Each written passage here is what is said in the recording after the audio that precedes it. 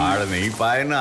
इसका राज है देहात स्टार्टर, जिसकी अनोखी HYT जेल टेक्नोलॉजी फसलों को जड़ से मजबूत बनाए और उपज भी बढ़ाए। देहात स्टार्टर, मजबूत जड़ें, उपज बढ़े। नमस्कार, आप देख रहे हैं कार्यक्रम कृषि दर्शन और मैं हूं आपकी होस्ट छवि।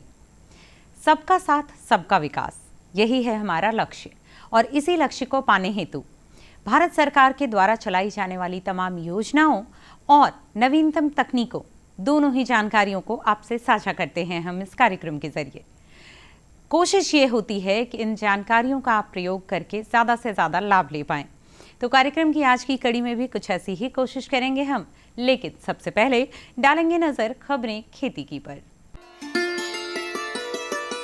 दुधारू पशुओं में डिवर्मिंग जरूरी, शरदकालीन बैगन की खेती से होगा लाभ एवं किसानों के लिए बेहद फायदेमंद स्प्रिंकलर।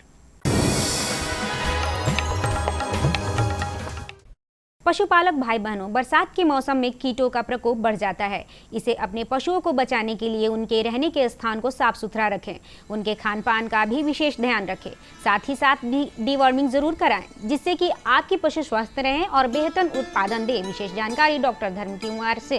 बरसात के मौसम में सलाह देता हूं कि अपने पशुओं का डिवर्मिंग कीड़ा की दवा जरूर दें, समय पर दें। और इसके साथ ही अभी जो है बहुत सारे जो है फंगल इन्फेक्शन, जिसको हम लोग फंजाई से बहुत सारी बीमारियां फैलती हैं, और प्रोटोजोअल जो परजीवी से बीमारियां फैलती है, जैसे आपने नाम सुना होगा सर्रा का, ये सब का बीमारियां होने का चांस बढ़ जाता है। बैगन की शरदकालीन फसल के लिए जुलाई अगस्त रोपाई की जानी चाहिए। अच्छी पैदावार के लिए फसल को उचित दूरी पर लगाना आवश्यक होता है। शरदकालीन एवं ग्रीष्मकालीन फसल को कतार से कतार के बीच 60 सेंटीमीटर एवं पौधे से पौधे के बीच 50 सेंटीमीटर का अंतराल रखते हुए उगाना उचित रहता है। संकर किस्मों के लिए कतारों के बीच 75 सेंटीमीटर एवं पौधे के बीच 60 सेंटीमीटर की दूरी पर रखना पर्याप्त होगा। रोपाई शाम के समय की जानी चाहिए एवं इसके बाद हल्की सिंचाई करनी चाहिए। इस क्रिया से पौधे की जड़ों का मिट्टी के साथ संपर्क स्थापित हो जाता है। बाद में मौसम के अनुसार 3 से 5 दिन के पश्चात आवश्यकता अनुसार सिंचाई की जा सकती है। फसल की समय समय पर निकाई गुड़ाई करनी आवश्यक होती है। प्रथम निकाई गुड़ाई रोपाई के 20 से 24 दिन के पश्चात एवं द्वितीय 40 से 50 दिन के पश्चात करें। इस क्रिया से भूमि में वायु का संचार होगा। कृषि को लाभकारी बनाने के लिए खाद्य फसलों के अलावा कुछ अन्य फसलों का भी उत्पादन भी लाभकारी हो सकता है। ऐसी ही एक फसल बांस की है, जिसमें मेहनत बहुत कम है और कमाई बहुत ज़्यादा है। बांस की फसल करीब 40 साल तक बांस देती रहती है। सरकार की तरफ से इस फसल के लिए सब्सिडी भी दी जाती है। बांस उन उत्पादकों में से एक है जिनकी निरंतर मांग बनी रहती है। कागज निर्माताओं के अलावा बांस का उपयोग कार्बनिक कपड़े बनाने के लिए किया जाता है, जो कपास की तुलना में अधिक टिकाऊ होते हैं। इसके उन्नत प्रभेदों का चुनाव खेत और जलवायु के अनुरूप किया जाना चाहिए। बांस एक ऐसी फसल है जिसका धार्मिक और आर्थिक दोनों रूप में महत्व है। यूँ तो इसकी अनेकों किस्मों को उगाया जाता है, किंतु भारत में उगाई जाने वाली कुछ प्रजातियाँ ऐसी हैं जिन्हें व्यापारिक तौर पर उगाया जाता है, जो इस प्रकार है: बम्बूसा बाल्कोआ, बम्बूसा तुलदा, डेंड्रोकलामस सख्त, मेलोकन्ना बम्बूसोइड्स, थ्रोस्टैचिस ओलिवेरी, डेंड्रोकलामस हैमिल्टन, बम्बूसा वल्गरिस, बम्बूसा नूतन।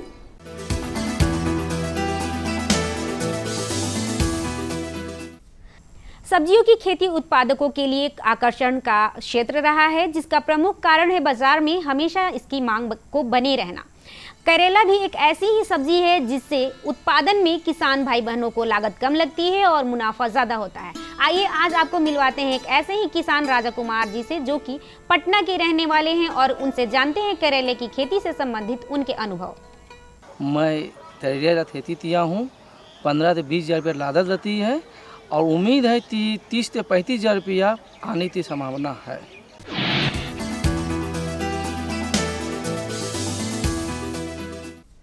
स्प्रिंकलर या फुहारा सिंचाई तकनीक ड्रिप सिंचाई की तरह ही बूंद बूंद सिंचाई तकनीक है।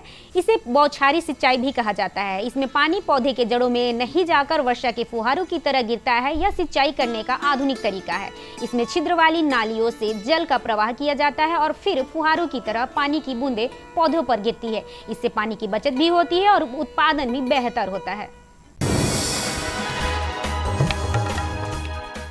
अब जानते हैं क्या है आज का मंडी भाव। मंडी भाव में आइए चलते हैं सब्जी मंडी बाढ़, जहां जानेंगे हरी सब्जियों की ताज़ा भाव। बैगन 4,000 रुपये प्रति क्विंटल, परवल 3900 रुपये प्रति क्विंटल, करेला 5,000 रुपये प्रति क्विंटल, नेनुआ 3900 रुपये प्रति क्विंटल और भिंडी 3500 रुपये प्रति क्विंटल। अब समय है मौसम पूर्वानुमान का।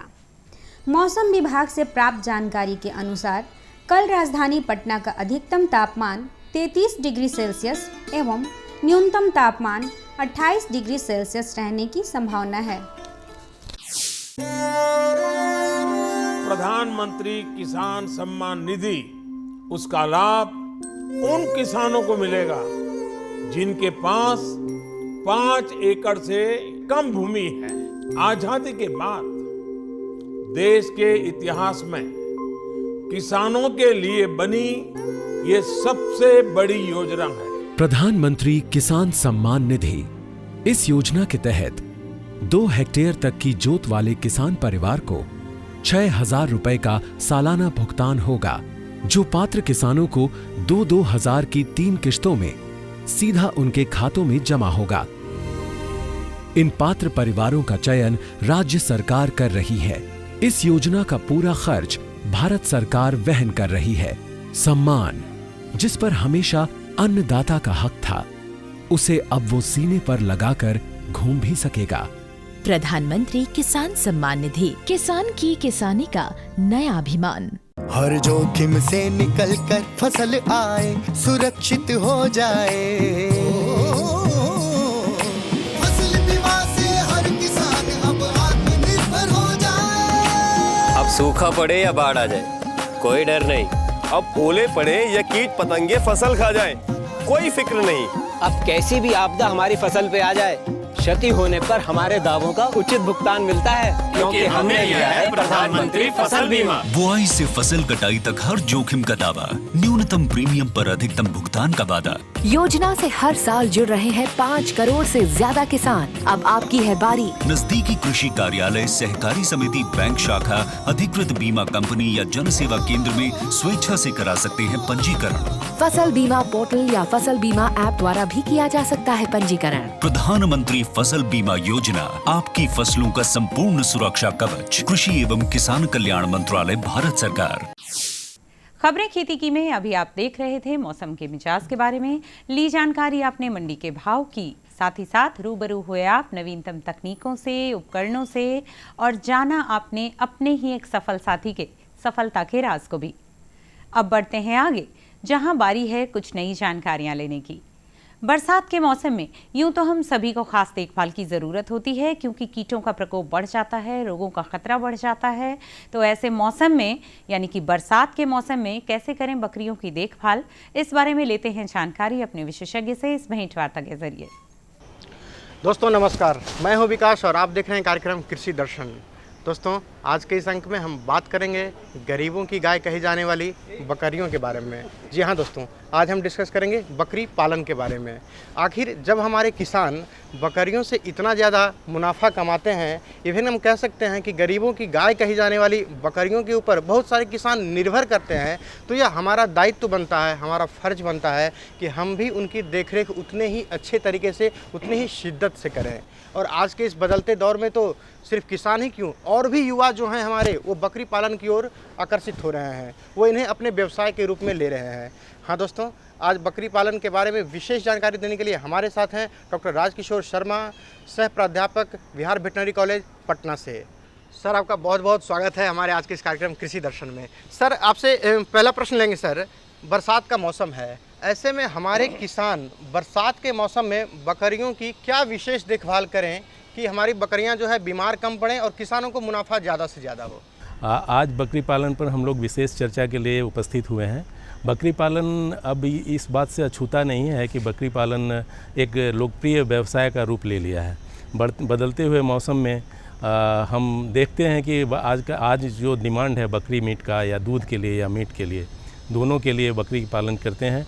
और पशुपालक भाई इसके लिए बैंक से ऋण भी लेते हैं या अपना जो भी उनके पास पूंजी होता है वो शुरू करते हैं व्यवसाय। लेकिन कभी कभी उनकी अपनी नादानी के चलते उनको बहुत लाभ के जगह पे बहुत ज़्यादा हानि होता है। इसलिए बदलते हुए मौसम में जैसे खुद मनुष्य, हम मानव जाति के लोग जिस तरह से बदलते हुए मौसम में, बदलते हुए परिवेश में, मौसम में अपने रहने सहने का ढंग बदलते हैं, आवास का प्रबंधन करते हैं प्रॉपर, इसी तरह से बड़े बकरियों के रख रखाव पे भी हम लोग को विशेष ध्यान देना होता है। बड़े पशुओं के तुलना में बकरियों का जो छोटे पशु होते हैं वो बदलते हुए मौसम के प्रति ज़्यादा संवेदनशील होते हैं। इसलिए इस समय में पशुओं के बकरियों का 2-4 जो तथ्य है उस पर विशेष ध्यान देना है। आवास प्रबंधन, उसके बाद उनके खान पान का प्रबंधन, उनसे होने वाली बीमारियों का प्रबंधन, परजीवी प्रबंधन और किस तरह से वैक्सीनेशन उनका किया जाए, टीकाकरण किया जाए, इन बातों पर विशेष ध्यान देना बहुत ज़रूरी है। सर, आपने भी एक बहुत ही अच्छी बात बताई कि बदलते हुए मौसम के अनुसार बकरियों के रहन सहन, आवास एवं खान पान में परिवर्तन होना चाहिए, उसका प्रबंधन नियमित होना चाहिए। तो सर, खान पान की बात आती है सर, तो अक्सर देखा जाता है कि बरसात के मौसम में बकरियाँ बीमार बहुत ज़्यादा पड़ती हैं, खास करके ग्रामीण क्षेत्रों में जो है। तो सर, क्या खान पान का प्रबंधन होना चाहिए, क्या उसको विशेष रूप से देना चाहिए और क्या नहीं देना चाहिए, ये बताएंगे सर, ताकि हमारे किसानों को मालूम पड़े कि कैसे उसका रखरखाव करना है। विकास जी, मैं बताना चाहूँगा, आपने खान पान पे की ओर अभी प्रश्न किया है। उसके पहले मैं बताना चाहूँगा कि आवास प्रबंधन पे 2 शब्द बोलना चाहूँगा। आवास प्रबंधन प्रथम बिंदु है जिस पर हम लोग को ध्यान देना आवश्यक होता है कि जहाँ भी हम लोग बकरी पालन के लिए एक फार्म का निर्माण करते हैं उसके आसपास जल जमाव वाला क्षेत्र नहीं होना चाहिए। अगर कहीं जल जमाव वाला क्षेत्र है तो उसको हम लोग बंद कर देते हैं बरसात शुरू होने के पहले। और उसके बकरी का जो आवास होता है उसमें जो रोशनदान होना चाहिए, प्रॉपर रोशनदान होना चाहिए कि हवा का आना जाना समुचित हो। और जो बकरी पालन का जो शेड होता है उसमें देखा जाता है कि ऊपर से 2 फीट तक दीवार रहता है, 2-2.5 फीट तक दीवार रहता है, उसके बाद ऊपर में जाली रहता है। उस जाली में टाट का ये पर्दा की तरह लगा देंगे। अगर बहुत बारिश हो तो उसको हम पर्दा को गिरा देते हैं ताकि बारिश का पानी अंदर नहीं जाए और गीला माहौल नहीं बने। गीला माहौल बनने से सबसे बड़ी बीमारी जो होता है कि फंगस ग्रो कर जाता है, बहुत सी बीमारियों का जड़ होता है।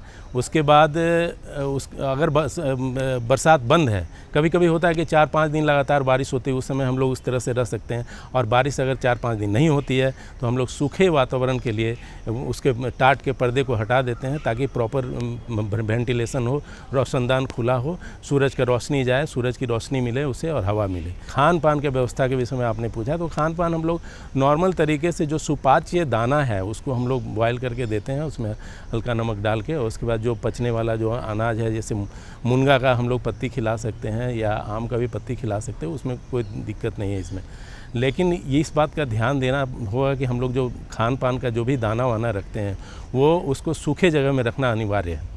वो ऐसे जगह में रखना अनिवार्य है जहाँ की चूहों का आना जाना नहीं हो, खुलापन नहीं हो और फफूंद ग्रो नहीं करे। अगर हम लोग मामूली नमी से अगर दाना हम लोग रखते हैं तो मामूली नमी से उसमें फफूंद ग्रो करने लगता है, जो खा लेने के बाद उसको तरह तरह का लंग्स का प्रॉब्लम हो सकता है, सीने का प्रॉब्लम हो सकता है, छाती का प्रॉब्लम हो सकता है, उसके बाद सर्दी खांसी बुखार वगैरह का भी प्रॉब्लम हो सकता है। बकरियों में आमतौर पर देखा जाता है सर, तालाब के किनारे चरने के बाद जो है उसमें एक अफरा रोग हो जाता है, उसका पेट फूल जाता है और अक्सर जब ये बीमारी होती है तो हमारे किसानों को उस पशुधन का हानि ही झेलना पड़ता है। इसकी रोकथाम कैसे हमारे किसान कर सकते हैं अपने लेवल पे, इसको बताएंगे प्लीज़। विकास जी, आपने बहुत ही अच्छा प्रश्न किया है, जो मैं समझता हूँ कि सारे किसान भाइयों के मन में ये प्रश्न उठता होगा कि हरी हरी घास को देख के खाने के लिए जब बकरी जाते हैं तो उसमें इस तरह का अफरा रोग कैसे फैल जाता है। तो मैं किसान भाइयों को बताना चाहूँगा कि जो हरी घास हम लोग देखते हैं उसमें लीवर फ्लूक जो घोंघा से फैलता है, जिसके वहाँ घोंघा होता है, वो लीवर फ्लूक का अंडा उस पर हरी घास की पत्तियों पे अंडा होता है, जिसको खाने से वो लीवर तो डैमेज ही होता है। सबसे पहले वो पाचन के समय में अफरा जैसा रोग फैलाता है और जिससे कि उसके पेट में बहुत सारा तनाव हो जाता है, तनाव पैदा होता है, फूल जाता है पेट और उसको बेचैनी होती है, प्रॉपर रूप में पाचन नहीं होता है। इसलिए अगर चाहिए कि किसान भाइयों को चाहिए कि अगर आप खिलाना चाहते हैं घास तो वो वहाँ से काट कर ला के उसका यूरिया ट्रीटमेंट करके घर में आप छोटा छोटा काट के उसको यूरिया ट्रीटमेंट करने के बाद ही खिलाएं। सर आपने बहुत ही अच्छी जानकारी हमारे किसानों के लिए दी है सर। आज के इस कार्यक्रम में आने के लिए आपका बहुत बहुत धन्यवाद सर। अरे भाई रामेश्वर, क्या बात है, बड़े परेशान दिख रहे हो? सोच रहा था कि अभी तो हाथ पांव चल रहे हैं तो खेती कर पा रहा हूँ, कल को जब इनमें ताकत नहीं रहेगी गुजारा कैसे होगा? पेंशन से। पेंशन? हाँ, और वो भी हम जैसे किसानों के लिए। अब हम जैसे छोटे किसान भी 60 साल के होने पर 3000 रुपए मासिक पेंशन पा सकते हैं। सच में? हाँ, चलो मैं तुम्हें दिखाता हूँ। 18 से 40 वर्ष की आयु के लघु और सीमांत किसान इस स्वैच्छिक और अंशदायी पेंशन योजना में 55 रुपए से 200 रुपए की मासिक किस्त देकर प्रवेश कर सकते हैं। भारत सरकार भी हर महीने किसान के बराबर किस्त का योगदान करेगी। कभी नहीं सोचा था कि हम जैसे किसानों की भी पेंशन का सपना कभी सच होगा। प्रधानमंत्री किसान मान धन योजना, अन्नदाता के परिश्रम को संबल, पेंशन से सुरक्षित उनका कर। नजदीकी जन सेवा केंद्र जाकर इस योजना से जुड़ें।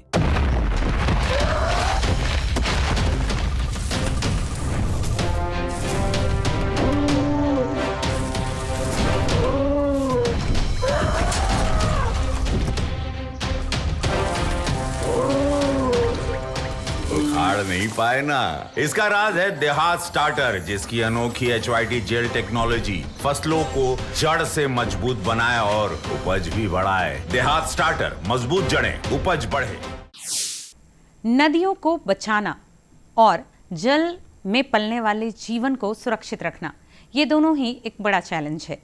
तो इस चैलेंज को कैसे हम अपनाएं, कैसे उसे हम जीत सकें, कैसे उसे हम पा सकें, इसके लिए सरकार चला रही है रिवर रेंचिंग योजना। तो आइए अब इस भेंट वार्ता के जरिए अपने विशेषज्ञ से लेते हैं जानकारी भारत सरकार द्वारा चलाई जा रही रिवर रेंचिंग योजना के बारे में। नमस्कार किसान भाइयों का मैं प्रियंका अपने खास कार्यक्रम कृषि दर्शन में स्वागत करती हूँ। किसान भाइयों, हमारे जो मत्स्य पालक हैं उनका व्यवसाय मत्स्य पालन काफ़ी समय से चलता आ रहा है, लेकिन पिछले कुछ समय से नदियों में मछलियों की कमी की वजह से उनके इस व्यवसाय पर काफ़ी असर पड़ा है, जिसके बाद भारत सरकार ने रिवर रैंचिंग की योजना चलाई। रिवर रैंचिंग योजना क्या है और इससे हमारे जो मत्स्य पालक हैं उनको कितना फ़ायदा होगा, इसके बारे में हम जानेंगे हमारे एक्सपर्ट मत्स्य एवं पशु विभाग संसाधन से मोहम्मद राशिद फारूकी जी से। मोहम्मद राशिद फारूकी जी, बहुत बहुत स्वागत है आपका हमारे इस खास कार्यक्रम में। फारूकी जी, सबसे पहले तो हमारे किसान भाइयों को आप ये बताएं कि ये जो भारत सरकार द्वारा चलाई जा रही योजना है रिवर रैंचिंग की, इसके बारे में थोड़ा विस्तार से हमारे किसान भाइयों को बताइए। किसान भाइयों को मेरा नमस्कार। रिवर रैंचिंग कार्यक्रम, दूसरे शब्दों में इसे नदियों का पुनर्स्थापन भी कहते हैं, भारत सरकार और राज्य सरकार के तत्वावधान में रिवर रैंचिंग कार्यक्रम प्रारंभ किया गया। शहरीकरण, प्रदूषण और अन्य कारणों से नदियों में जलीय जीव, खासकर मछलियों की संख्या लगातार कमती जा रही है, जिस कारण इस पर शोध किया गया और FAO, आप जान रहे होंगे, फूड एंड एग्रीकल्चर ऑर्गेनाइजेशन के जो अनुशंसा है उसके आलोक में रिवर रैंचिंग कार्यक्रम किया गया, जिसके तहत नदियों में और समुद्र में भी मछली के बच्चे का स्टॉकिंग करने का निर्णय लिया गया। इसके तहत हम लोग गंगा नदी तंत्र जो है उसमें मेजर कार्प कहते हैं कतला, रेहू, नैनी। इसके अंगुलिकाएँ मतलब अंगुली साइज़ के, उसके स्टॉकिंग यानी कि उसमें नदी में डालने की योजना तैयार की गई, जिसके तहत हम लोग जगह चिन्हित कर उसमें पुनर्स्थापन कर रहे हैं। नदियों में जो मछलियों की कमी हुई उसके कारण बहुत सारे चेंजेस होते गए। जो जैव विविधीकरण है उसमें भी कमी आ रही है, प्लस जो मछुआरे भाई हैं हमारे जिनका जीविकोपार्जन जो है उसी पर आश्रित है, तो उनके लिए भी दिक्कत होने लगी। पहले देखते होंगे हमारे मछुआरे भाई की जो शिकारमाही कर अपना जीविकोपार्जन करते हैं, उनको पहले 1 घंटे में जितनी मछली वो जाल से ले लेते थे, अब भर दिन में भी उतनी मछली नहीं मिल पाती है, जिसके कारण उनके आय में कमी हो गई, जीविकोपार्जन उनका प्रभावित हो रहा है। तो सरकार द्वारा इस तरह की योजना चलाए जाने से 3-4 फ़ायदे हैं। जो उसमें नदी में मछलियां हैं उसमें संख्या में बढ़ोतरी होगी, ख़ासतौर से डॉल्फिन मछली भी इससे प्रभावित हो रही है। तो रिवर रेंचिंग से डॉल्फिन के संरक्षण पर भी अच्छा इसका असर पड़ेगा।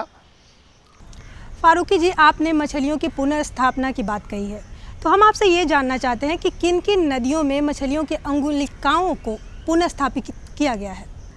जैसा कि हमने बताया है, गंगा रिवर सिस्टम, गंगा नदी तंत्र, इसके में जो नदियां इससे जो संलग्न है वो है कोसी, गंडक, बूढ़ी गंडक, बागमती इत्यादि जो गंगा से कनेक्टेड है, उसी में पुनर्स्थापन की योजना बनाई गई है। फारूकी जी, एक और बड़ा सवाल है हमारे मत्स्य पालकों के लिए कि 3 महीने जैसे कि जून, जुलाई और अगस्त, ये 3 महीने ऐसे होते हैं जब जो हमारे मत्स्य पालक होते हैं उनके लिए मछली मारना मनाही होता है, मतलब पूरी तरह से उनके लिए बैन कर दिया जाता है, जबकि मत्स्य पालकों के लिए ये एकमात्र उनके आय का स्रोत है। ऐसे में उनका स्रोत कैसे जो है बढ़ाया जाए, या फिर कैसे उनको उसी तरह से रखा जाए ताकि उनको किसी तरह का जो दिक्कत है वो ना आए।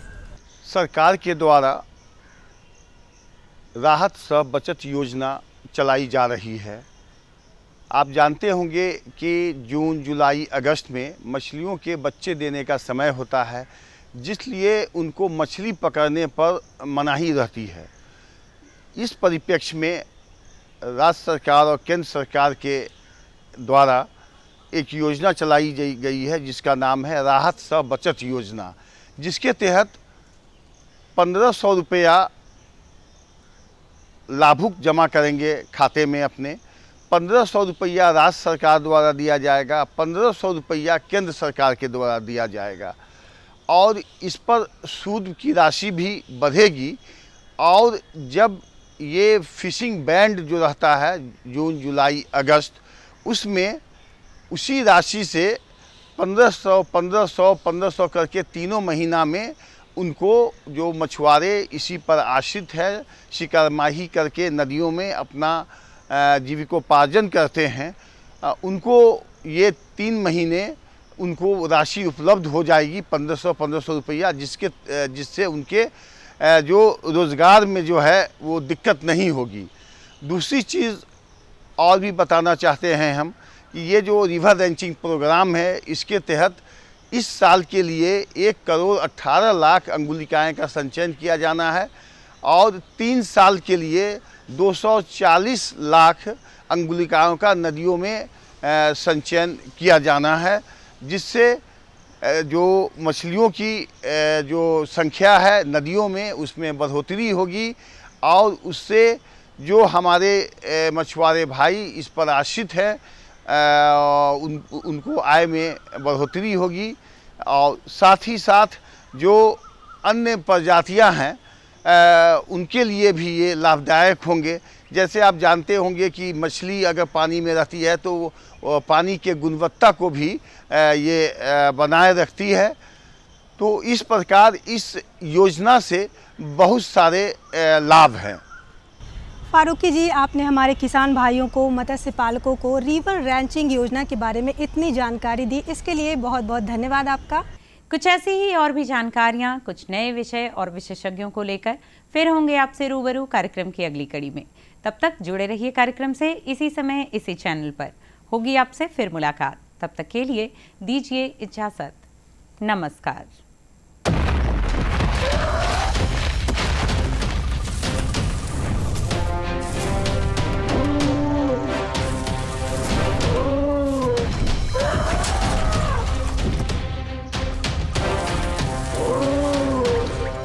उखाड़ नहीं पाए ना, इसका राज है देहात स्टार्टर, जिसकी अनोखी HYT जेल टेक्नोलॉजी फसलों को जड़ से मजबूत बनाए और उपज भी बढ़ाए। देहात स्टार्टर, मजबूत जड़ें, उपज बढ़े।